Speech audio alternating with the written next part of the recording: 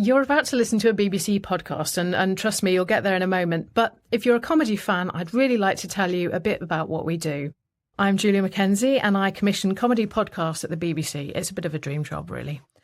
Comedy is a fantastic, joyous thing to do because really you're making people laugh, making people's days a bit better, helping them process all manner of things. But, I also know that comedy is really subjective and everyone has different tastes. So we've got a huge range of comedy on offer, from satire to silly, shocking to soothing, profound to just general prattling about. So if you fancy a laugh, find your next comedy at BBC Sounds. BBC Sounds. Music, radio, podcasts. Hello and welcome to the Scottish Football Podcast, your daily dose of all the latest news in the national game. It's Thursday, the 7th of December. I'm Jonathan Sutherland, and coming up... Chance! Goal Rangers! Abdallah Sima! The glancing header goal! It comes back to Kane, and it's in!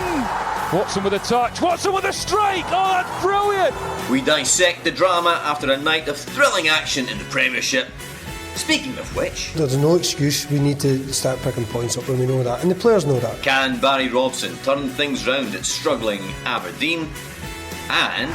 Goal Wraith Rovers! It's Thursday, so that means we'll have our usual focus on the always unpredictable Scottish Championship. This is the Scottish Football Podcast from BBC Sports Scotland. I'm joined today by Clyde manager Ian McCall. Lots to get through today, Ian, but very briefly, how are you? A lot of talk about managerial pressure, but of course, you're a manager now. Just come in at Clyde and you're bottom of the SPFL. That's real pressure, isn't it? Well, I think pressure comes in many forms, as you know. I'm very surprised Kenny McIntyre's not in the show with all these managers under pressure. Yeah, I mean, listen, there's two guys in the Premier League feeling the heat just now, but you know what? In a month it might be another two. That just comes with the job, and when you get to this stage of the season, there's always two or three under pressure. It's appalling, utterly appalling. A manager can win 3 games and he's the greatest manager in the history of the world, and you can lose 3 and he's the worst.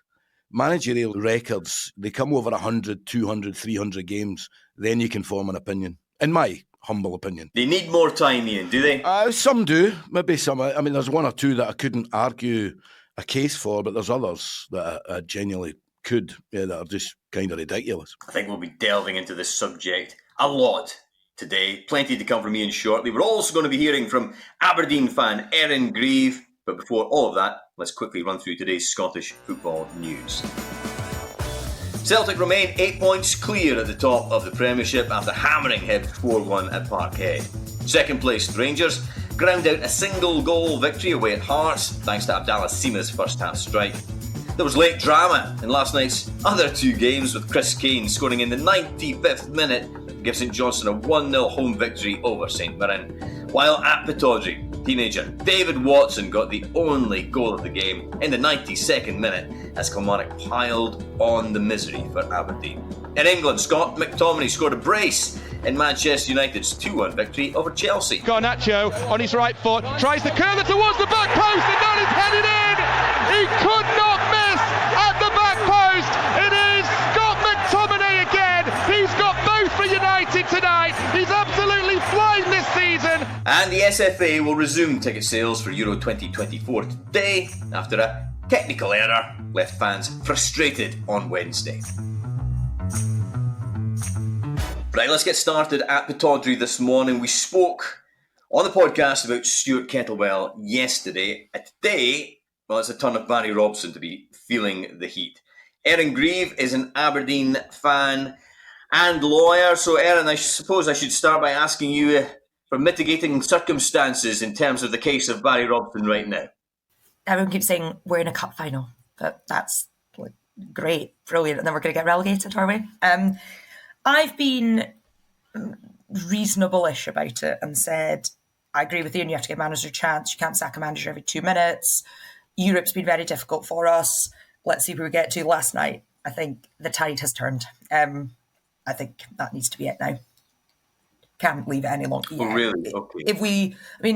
It's difficult because you can't really be saying, we should be winning these games. We deserve to beat these teams. There's no way they should be beating us, because if that was the case, you wouldn't bother playing the league. You would just sign the places in August and that would be that. But we should be beating Killie at home and we should be playing better than we are. And the big problem is actually we're playing okay. Game management and team selection and setup is just terrible.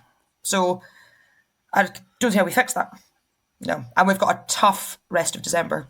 You do indeed. Hearts coming up at the weekend. Obviously next week, Eintracht Frankfurt arrive at Pittodrie. It's dead rubber, but it'll still be a test that Aberdeen will need to face. And then, of course, it's the League Cup final a week on Sunday. In terms of your fellow Aberdeen fans, Erin, how much faith amongst them is there still in Barry Robson, would you say? Not much. I think you'll know what it's like on social media after a game. It is... generally, there'll be a bit of a mix, but I think last night everyone agreed no. I mean, a big problem is substitutes and then also late goals. What is, we're losing games at 90 plus something. Why? And we've got a good squad. I am one of the biggest fans of John Hayes you will meet, but he should not be playing 90 minutes in 2023. Horrendous. I don't understand why Angus MacDonald, who had a brilliant game and was shoring up the defence quite nicely, is coming off. Ridiculous. And we lost the pipe game at home in Europe. We were 2-0 up and we lost that because of 3 ridiculous substitutes. Europe could be looking very different if we'd won that. Ian McCall, that's the fans' view at Pittodrie. As a fellow manager, what's your view of the Barry Robson situation? He's under pressure. I don't think there's any getting away from that. I think he may have, because of the finish to last season when he did ever so well. And, Erin rightly mentions there's a threat of relegation, but I still think getting to a cup final with the possibility of winning it is a pretty... a decent outcome. But, you've got to remember that it's a fan base, and all fan bases are similar now, that hounded Derek McInnes out. And whether that was the right move, I don't know. Well, I'm pretty sure it wasn't. Although, he'd been there a number of years, so it was maybe time for him for a fresh challenge. I think probably Barry's got a little bit of credit in the bank because of what he did as interim. And you don't want to be changing all the time. I think... things will bear in mind, I signed Barry for 50 grand for Dundee United and we sold him on for about 1.5 million. So I'm perhaps biased and I'm a manager as well. But I do think it's when fan bases start to get on at directors and chairman, that's when things change. And if that happens anytime soon, then Barry will be under serious pressure. He is just now. But, you go and beat Hearts, you go and win a cup final, things completely turn around. Cormac's getting tagged in tweets. Is he? I don't tag or tweet, so I wouldn't know that. But our greatest ever Scottish manager came within a game of getting the sack after 3 years.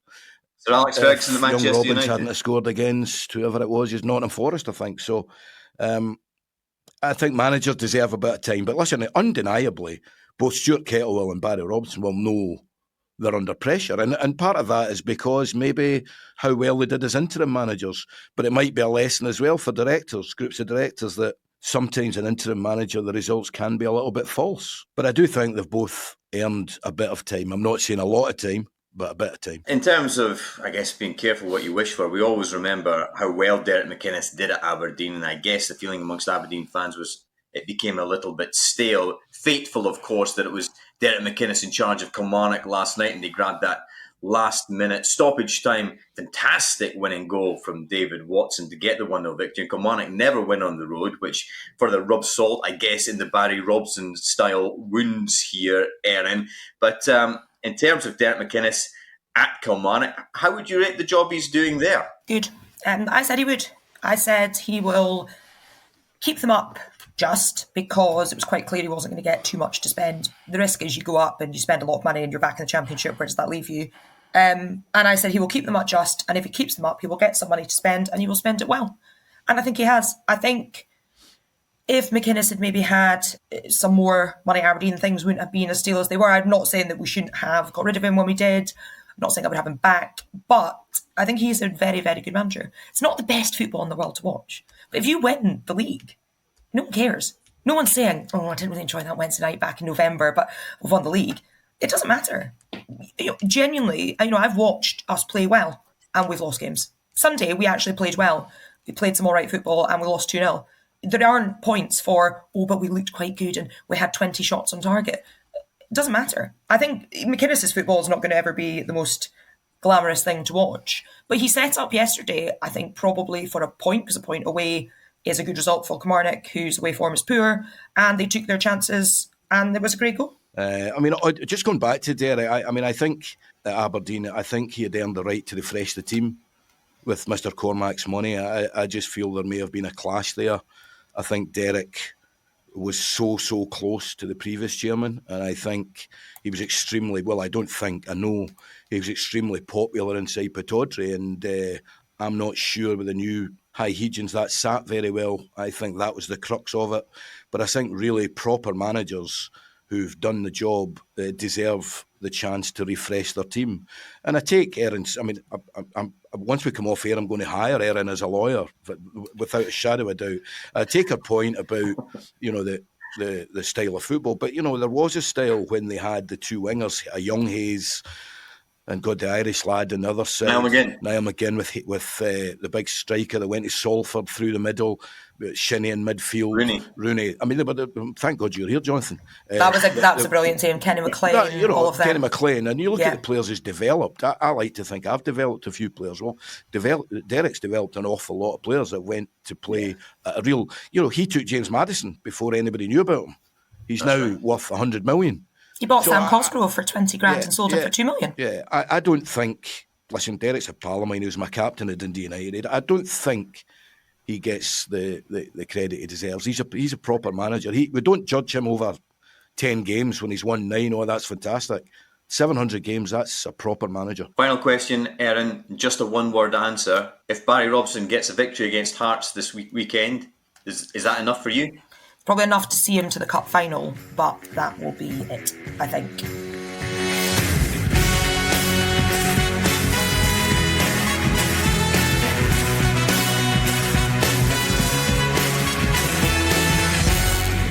A big win for Rangers last night too. That's 11 games without defeat for Philippe Clement.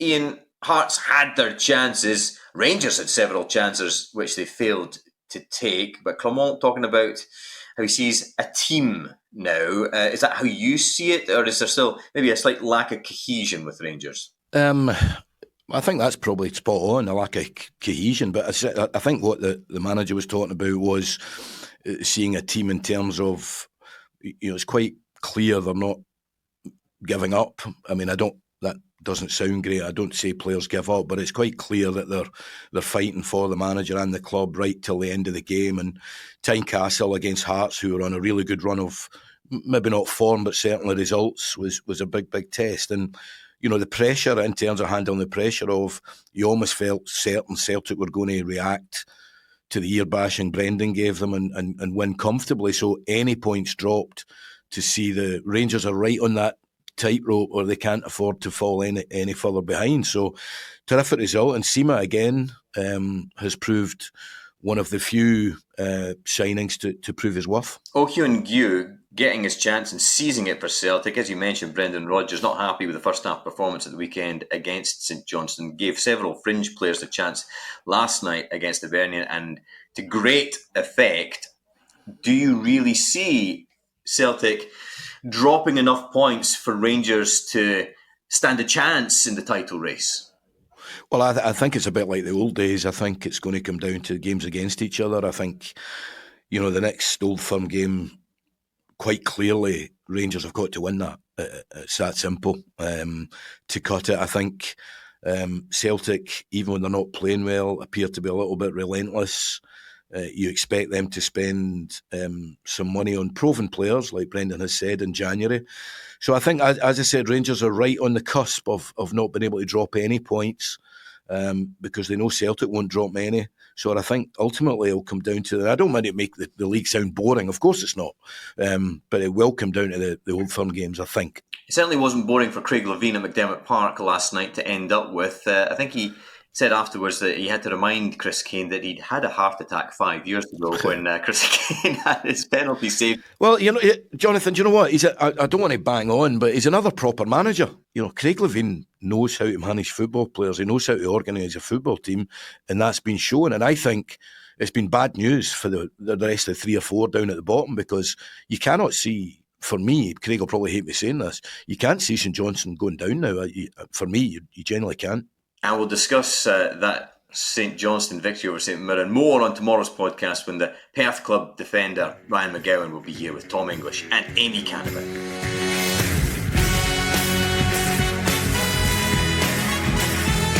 You're listening to the Scottish Football Podcast. Finally, it's time to focus on the Championship. What a match we have for you live on BBC Scotland tomorrow night. It is second versus third, Raith Rovers versus Partick Thistle. And what a match it should be, Ian McCall, with Raith Rovers having the chance to go top of the table. Yeah, I mean, it's a really, really great fixture, particularly for the BBC to have. I mean, it's both teams, I hate saying like to play the correct way, which I've never understood what that is, to be honest. But they do move the ball around the pitch and pass well. I think, for me, I may be biased, but I think that if Partick Thistle can keep their best players fit, I think that they can really go and challenge Dundee United. I think they've got the best front three in the division. I think they've got the best fullbacks in the division. But they'll know, I think Chris will know, that they can't afford to go and get beat up at Raith Rovers, because, I mean, I think the top three are kind of quite far away from fourth place. But if Raith Rovers beat Thistle on Friday, then the top two will be quite far away from third place, which is very unusual for the Championship at this stage of the season. So it's a big game for both. Ian Murray has done really well. I remember when he was at Airdrieonians, his teams played a certain way, and they had a lot of ball players. Young Easton, I think they've got 5 or 6 boys that can manipulate the ball. So it should be a terrific game of football. Q or nothing each, obviously, but Partick Thistle can't afford to get beaten if they have ideas of actually going and contest to win the title. Hugely interesting match at the bottom of the table as well, as Arbroath take on bottom side Morton. It'll be the first game in charge as well for Jim McIntyre after he was the replacement for Dick Campbell at Arbroath. What do you make of that appointment, Ian? I think it's a good one. I think he was. I had Jim as a player at Dundee United. He was a terrific striker. Maybe didn't do as well as he should have done because he had a lot of great attributes. I think he was very, very unlucky to lose his job at Cove. I think that was I know I'm banging on about managers, and I must say that some managers do deserve the bullet. That just happens.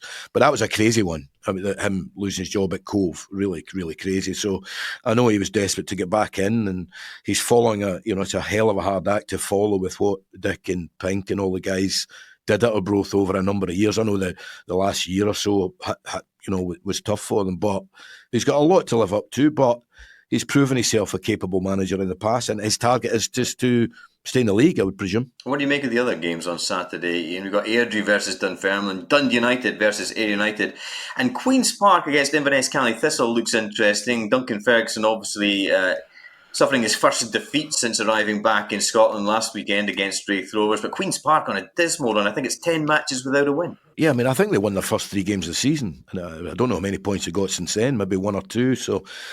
Yeah, I mean, it's a project that I think is well meant, whether it's working or not. But obviously, Queen's Park see it as a long-term game, but you don't want to be relegated.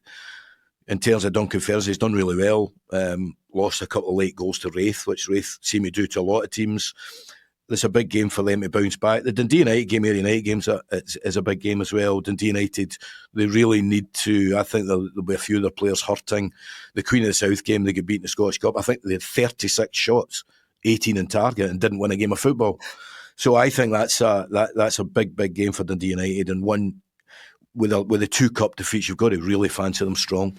Well, it's time to wrap things up, but remember, Sports Scene will have full coverage of Raith Rovers against Partick Thistle from 7:30 tomorrow night on the BBC Scotland channel. But now, though, many thanks to Ian McCall and Erin Grieve, and thank you for listening as well. As I mentioned earlier, Amy Canavan and Tom English will be joined by St Johnstone defender Ryan McGowan tomorrow, so if you do have any questions, get them in to scottishfootball@bbc.co.uk. Scottish football, the gift that keeps on giving. Thanks for listening. Hi, it's Amy Irons here. I just wanted to tell you that Sacked in the Morning is back for a new series. We are your survival guide to football management. If you want to hear exactly what goes on in the dugouts and dressing rooms across the world, then we are the pod for you. And as ever, I'll be joined by former Scotland gaffer Craig Levine and some of football's best managers to provide all the insight you could possibly need. And you can find it on BBC Sounds. Just search for Sacked in the Morning.